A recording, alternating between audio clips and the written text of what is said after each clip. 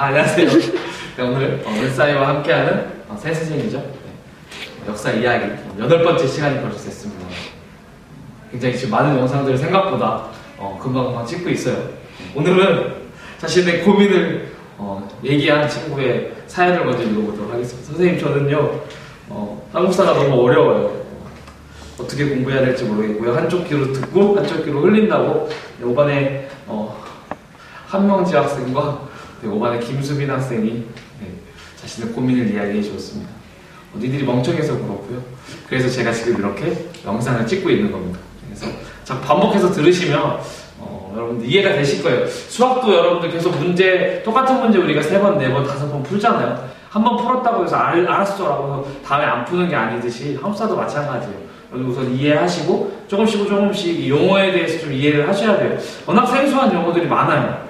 그러다 보니까 여러분들에게 한국말이지만 이 모르는 단어들이 굉장히 많다 보니까 이해하기 어려울 수 있거든요. 그래서 조금 반복하기를, 그래서 선생님 최대한 재밌게, 수업 시간은 진짜 재밌잖아요, 그죠?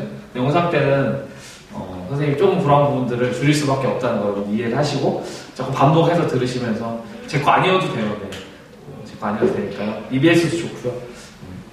친구들끼리 서로 설명하는 게 되게 좋아요. 그래서 내가 이해한 부분, 내가 이해하지 못한 부분을 여러분들이 알 수 있거든요. 그래서 선생님이 이렇게 설명하듯이 여러분들이 친구들에게 설명하면서 공부하시면 여러분 큰 도움이 될 것 같습니다. 자, 죄송합니다. 네. 오늘 수업 나가도록 하겠습니다. 오늘은 우리 통일신라에 대해서 한번 살펴보도록 하겠습니다. 우선은 신라라고 하는 나라가 고구려, 백제를 통합하면서 우리나라 최초의 통일을 하게 되죠. 근데 이제 우리 많은 역사학자들이 이제 신라를 시대를 구분하는데요. 특별히 이제 우리 삼국의 이야기를 다룬 역사책으로는 삼국사기와 삼국유사라고 하는 책이 있는데, 대표적으로는 우리가 김부식이라고 하는 사람이 지은 삼국사기에서 시대 구분한 것들을 많이 따르게 되죠. 김부식이라고 하는 사람은 통일신라를 이렇게 3가지로 구분을 합니다. 바로 상대, 그리고 중대, 그리고 초점이 잘 따라오나요? 하대, 이렇게 구분을 하죠. 그 기준이 무엇이냐면 우선은 왕의 혈통이에요. 어떠한 왕통인가를 가지고 구분을 하는데요. 상대 같은 경우에는 여러분들 선동여왕 초등학교 때 봐서 아시겠지만 이제 성골이라고 하는, 그래서 엄마도 왕족, 아빠도 왕족인 사람들이 바로 성골인데요. 이러한 세력들이 계속 왕위를 차지하게 되죠. 하지만 여러분들 아시다시피 이제 진흥왕 이후에 우리 드라마에서 나왔듯이 선덕여왕이 한 이쯤이에요. 통일되기 좀 전인데요. 선덕여왕 때가 되면 이제 성골, 남자 성골이 끊기게 되죠. 그러게 돼서 남자 성골이 끊기게 되면서 이제는 성골이라고 하는 존재가 더 이상 없게 됩니다. 그래서 누가 이제 왕위를 잇게 되냐면 김춘추. 우리가 김춘추를 뭐라고 부르냐면 무열왕이라고 부르거든요. 그래서 무열왕 때부터는 이제 진골들이 왕위를 잇게 됩니다. 그래서 그 시기부터는 우리가 중대라고 부르죠. 그래서 무열계 진골이 왕위를 차지한다라고 하는 그러한 시기가 되겠습니다. 계속적으로 무열계 진골이 왕위를 차지하다가 이제 신라 하대 사회로 넘어가게 되면 왕위 개선 분쟁이 치열하게 발생을 하게 되고, 이제 무열왕계가 왕권을 잃고 이제 진골 중에서 내물왕 계통이겠죠. 그래서 내물계 진골들이 왕위를 차지하는 굉장히 혼란스러운 시대가 바로 이 하대, 이렇게 3가지 시대를 구분을 합니다. 그래서 여러분들은 오늘 바로 이 중대사회의 특징, 통일 이후의 신라 사회의 모습과 중대사회의 특징이 어떠 있는지 여러분들을 아시면 좋겠고요. 그 다음에 또한 신라 하대사회는 중대사회와 어떻게 다른지 2개를 여러분들이 비교할 줄 아셔야 될 것 같습니다. 자, 중대사회로 먼저 가보도록 하겠습니다.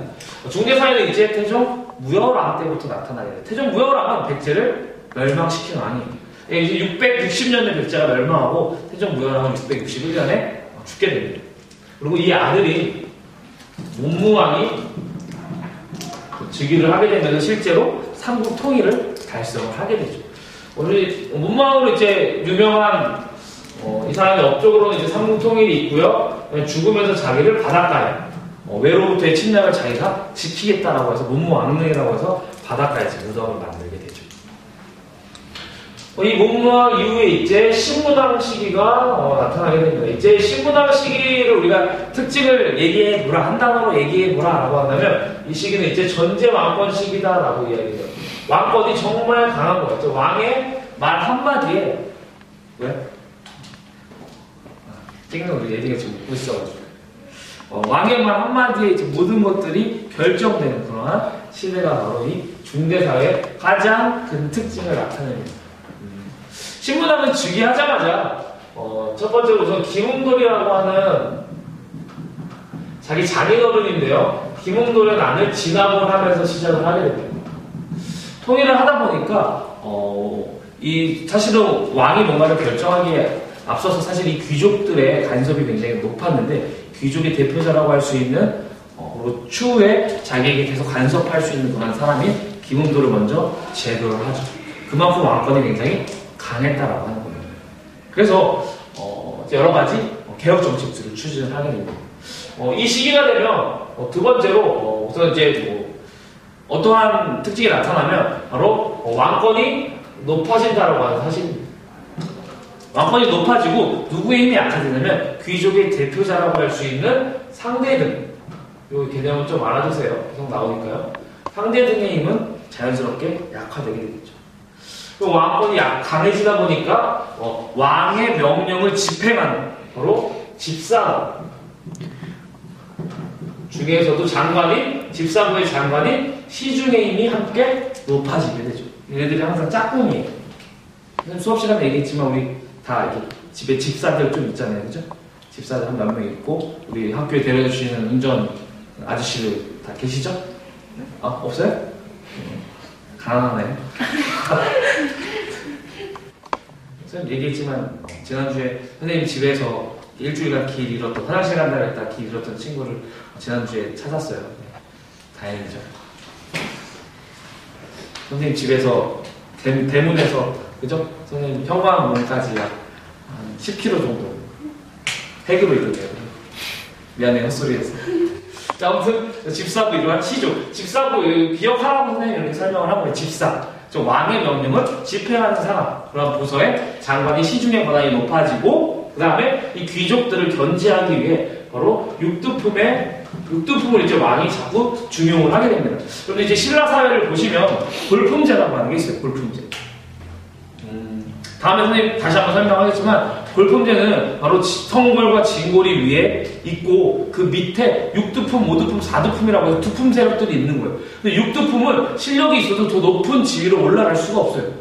그러다 보니까 진골 세력과 육두품 세력이 서로 경쟁하는 그러한 모양새가 나타나고 왕은 진골 세력들을 견제하기 위해 바로 육두품을 많이 중용을 하게 됩니다.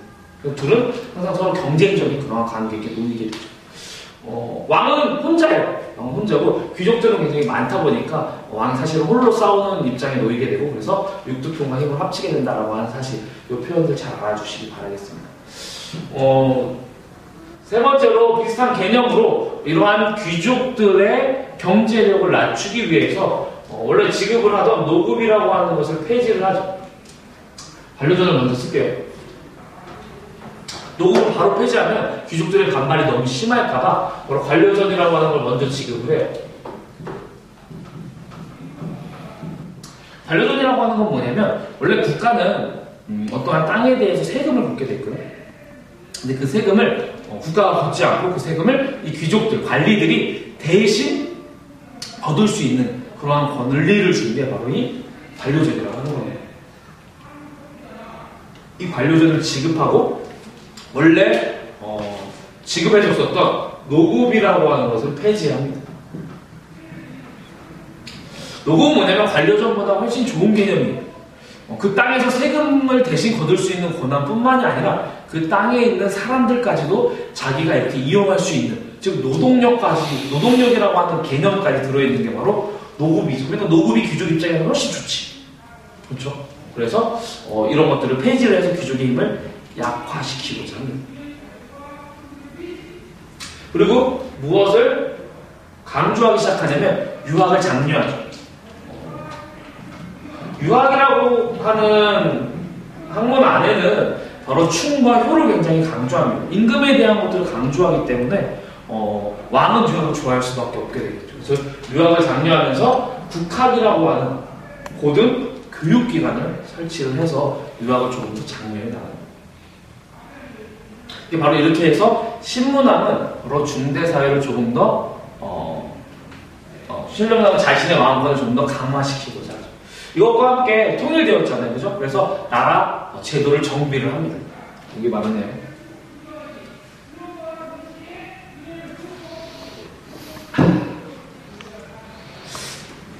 계속 갈게요. 나라 제도를 정비를 합니다. 그래서 지방 제도를 정비를 하게 되는데요. 우선은 구주, 오소경. 교과서를 한번 볼까요? 교과서를 한번 보시면 여러분들 42페이지가 되겠습니다. 교과서 40 크게 했니? 이 페이지를 보시면 거기에 9개의 주가 나와 있어요. 지금 우리나라 8도잖아요. 그런 것처럼 9개의 주로 나누었습니다. 그래서 세고 있니? 수빈이가 세고 있네요. 9개가 맞아요. 한주, 삭주, 명주 이렇게 해서 9개의 주로 나뉘고 부검경, 중원경, 서원경 이렇게 해서 5개의 소경을 설치를 하게 됩니다. 그래서 신라의 땅, 백제 땅, 고구려 땅에 다양하게 균형 잡히게 9개의 주를 설치를 하고 5개의 소경을 설치를 하죠. 소경을 설치한 이유가 있는데요. 이 바로 소경이라고 하는 것을 설치한 이유로는 첫 번째로 경주가 너무 한쪽이 치우쳐 있기 때문이죠. 수도가 너무 경주 여러분들 지도에서 보면 너무 오른쪽 끝에 있어요. 그래서 수도 금성이라고 불렀는데요. 수도의 치우침을 보완하기 위해. 글씨가 좀 작네요. 그죠? 수도의 치우침을 보완하기 위해. 앞에 갔더니 얼굴이 너무 크더라고요. 그리고 두 번째로, 균형 있는 발전을 도모하기 위해서. 그다음에 퇴적농빈을, 균형 있는 발전.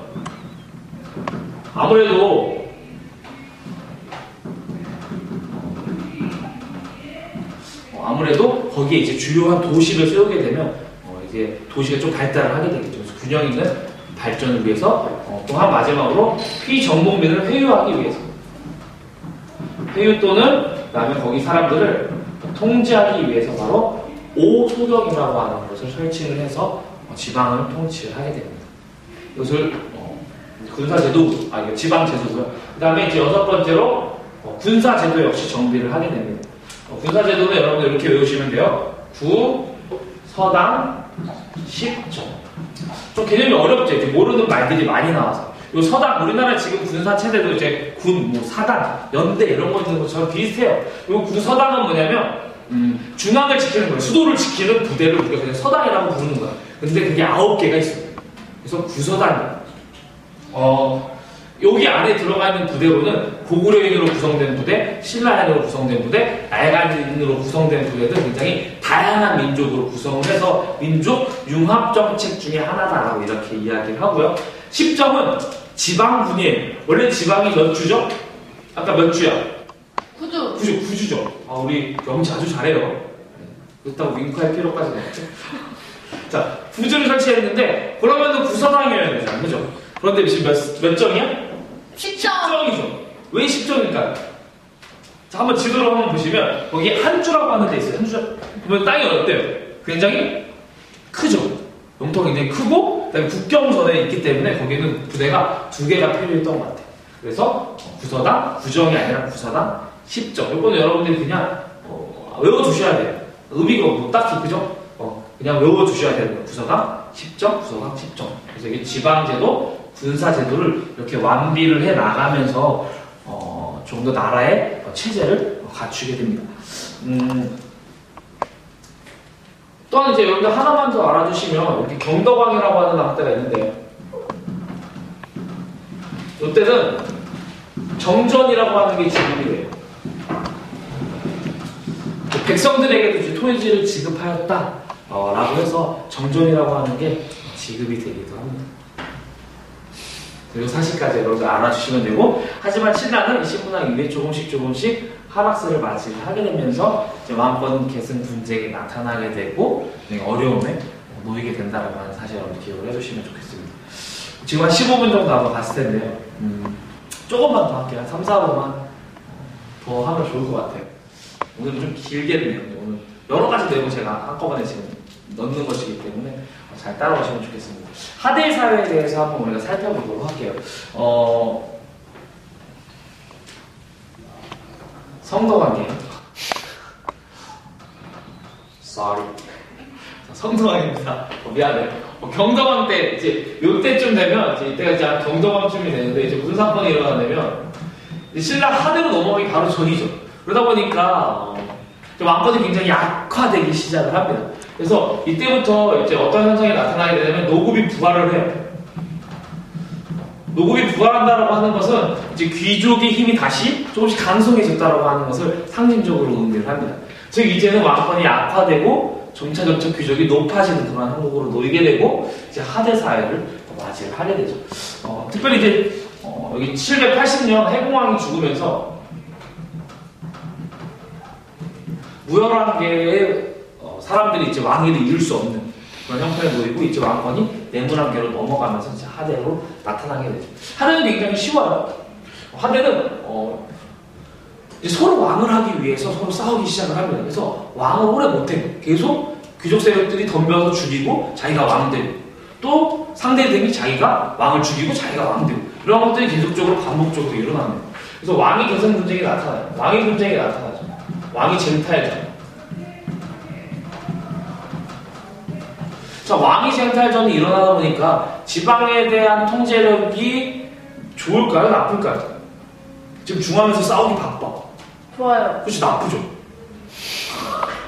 나쁠 수밖에 없어. 왜 내가 지금 여기에만 신경을 써야 되거든. 그러다 보니까 지방에 대한 통제력이 약화되죠.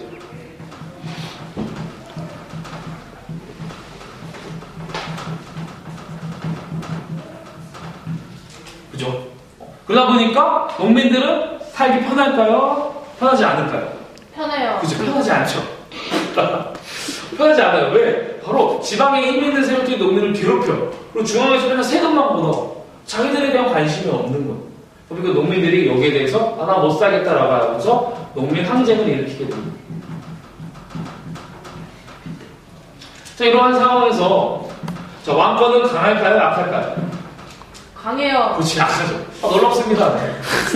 어떻게 이렇게 하나하나 다 맞을 수가 있을까요? 그렇죠? 왕권은 약할 수밖에 없게 되죠. 왕이 계속 바뀌니까 나 죽어 그냥. 왕이 계속 바뀌니까 왕의 힘은 약화되겠죠. 자, 그렇다면 상대 등의 힘은 높아질까요? 낮아질까요? 이번엔 맞추겠죠? 높아요. 그렇죠. 높아지게 되는 거예요. 상대 등의 힘은 높아지게 되겠죠. 자, 이러한 상태에 놓이다 보니까 육두품이라고 하는 세력은 굉장히 난감해집니다. 왕의 도움을 받아서 세력을 유지했었는데 이제 왕의 힘이 약해진 거예요. 그리고 자기와 라이벌이었던 상대 등의 힘이 높아진 거예요. 그러니까 애들이 이제 고민에 빠지게 되죠. 특별히 골품제라고 하는 것에 모순이 있었어요. 더 이상 높은 관등으로 올라갈 수가 없어. 자기가 실력이 있어도 진고로 높은 관등을 차지하지만 자주색 옷을 입지만 자기는 입을 수가 없어. 그러다 보니까 신라 사회에 불만이 많을까요? 아니면 신라 사회를 좋아할까요? 반대로 생각해? 모르겠습니다. 네, 솔직하네요. 바로 신라 사회에 불만이 많아지게 되죠. 그래서 나라를 바꾸고 싶은 마음이 들게 됩니다. 그때 이 농민 항쟁을 주도하면서 나타난 새로운 세력이 있으니 그 세력의 이름이 바로 호족이라고 하는 사람이 성장을 하게 되고요. 이들과 서로 연합을 하면서 자, 우리가 한번 새로운 사회를 한번 만들어보자 라고 다짐을 하게 되죠. 이게 바로 신라 하대 사회의 모습입니다. 바로 특별히 이 호족은 자신들이 지방을 통치하는 것, 신라 사회를 뒤집고 자기가 세상을 다스리고 싶은 것을 정당화하기 위해서 무슨 사상들을 강조하기 시작하냐면 선종이라고 하는 사상과 오늘 문화할 때 다시 한번 얘기를 할게요. 선종이라고 하는 사상과 그다음에 풍수지리설, 이제 지형에 따른 즉 그 지리 어느 지역에 따른 기류화복을 이야기하는 그러한 것들을 얘네들이 강조하면서 이것들이 신라 하대에 유행을 하게 됩니다. 이제 경주는 지고 이제 내가 있는 곳이 뜰 것이다 라고 하는 이러한 혼란스러운 상황이 나타나게 되고 이러한 혼란스러운 상황을 지나서 이제 이러한 호족들 중에 대표자들이 후삼 시대 즉 후백제와 후고구려를 만들게 되면서 고려를 만들게 되면서 새로운 국면을 맞이 같이 하게 될 거거든요. 그래서 오늘 배운 것들 우선 첫 번째 여러분들 기억해야 될 것이 신문왕의 이러한 업적들과 중대사회의 특징, 특별히 왕권이 강하고 집사고 시중의 왕이 강하다. 이러한 사실들, 이러한 내용들까지 여러분들 조금 머릿속 안에 기억을 해주시면 좋을 것 같고요. 그다음에 신라 하대 사회와 비교해서 많이 나옵니다. 문제에서 그러니까 여러분들 이런 것도 잘 기억을 해두시면 될 건데 오늘 조금 길게 평소보다 한 5분 정도 더 길게 한 것 같은데요. 네. 다음번에 좀 더 짧게 하도록 하겠습니다. 좀 더 재밌게 제가 하도록 노력을 하겠습니다. 수고하셨습니다. 안녕.